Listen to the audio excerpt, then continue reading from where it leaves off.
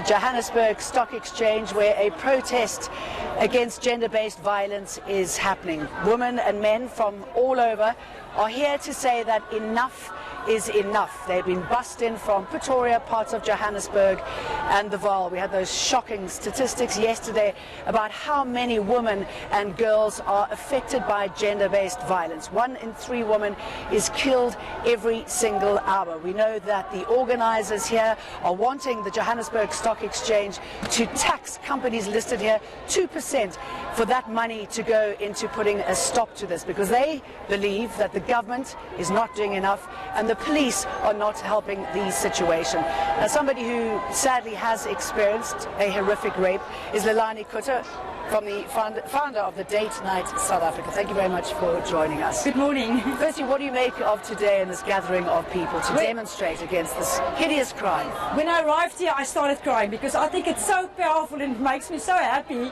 to see people are standing together and with all these boards. You know, and these tears are really happy tears because for the first time we're doing something about it. Not that we haven't never done something about it, but I feel there's a unity of women really coming together. And I just love the power of it. You know, it's sad for me in a way, and not all these ladies are, you know, necessarily been raped, but they are here for a sister or a mother or somebody that's been through That's it. what I was going to say. They're standing up for a daughter. Sadly knows somebody. Unfortunately, you know, just since I've been talking about my story, yesterday I had somebody over the phone telling me about her, she's been raped when she was 7. Her friend has been raped 2 months ago. I was in a restaurant just this morning having a hot coffee and a hot chocolate before I came here, and then somebody told me she was raped. You know, people don't understand what's going on, and this is so, I love this. I'm so proud of it. I'm proud of to be a part of it.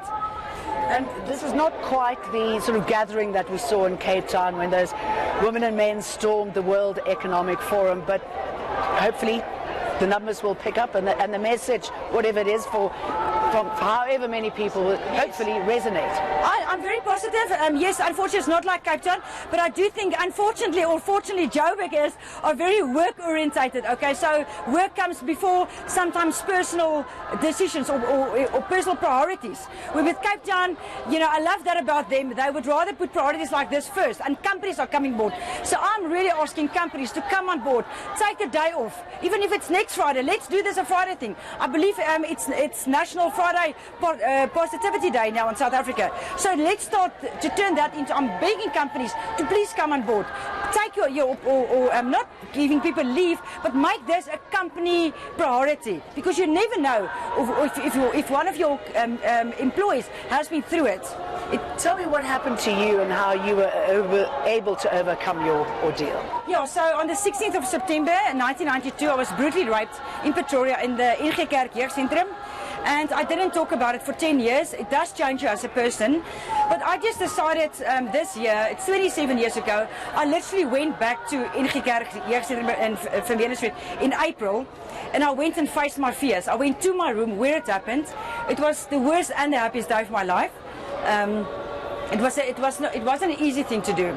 But when I left there, I decided I want to do something. So I'm starting Monday to walk 27 k's per day for 27 days. I'm starting in Pretoria, and I'm going to do Limpopo, Mpumalanga, the Northwest, Gauteng, Mpumalanga. I'm inviting people to join me. They don't have to walk the whole 27 k's. They can maybe just come and meet me where I am. They can walk 5 or 2, 3 k's, whatever. My campaign color is yellow, because yellow for survivors.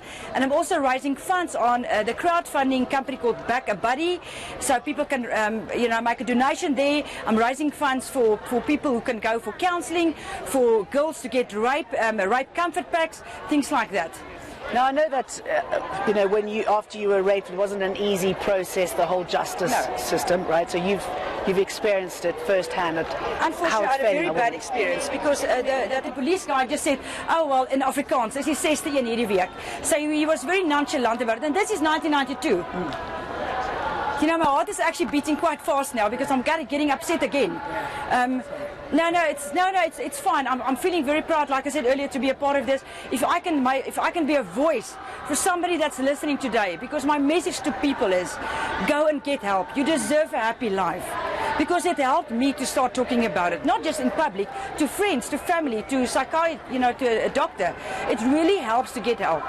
It changes your whole life because you deserve happiness. Because somebody like that steals something from you that will never be there again. And sadly it becomes a woman problem, isn't it? But it's actually a man's problem in South Africa, isn't it? It's a man's It's them that's doing it. It's them who are doing it. And I want to say something on that note. I'm married to a fantastic husband, okay? Fantastic guy. I don't want us to lose focus on the wonderful guys that are out there. I really want to salute all the wonderful men. Sorry, ek's Afrikaans. Man, jy weet wat ek sê. And in fact, some of them are out there today. They are out there today, so I want to salute those guys. But you guys, if you're a rapist and you're listening to me today, please go and get help because you are destroying lives. Yeah. And I think actually you're destroying yourself. You are destroying yourself because surely you can't be proud of that. Well, thank you very much for talking to us today.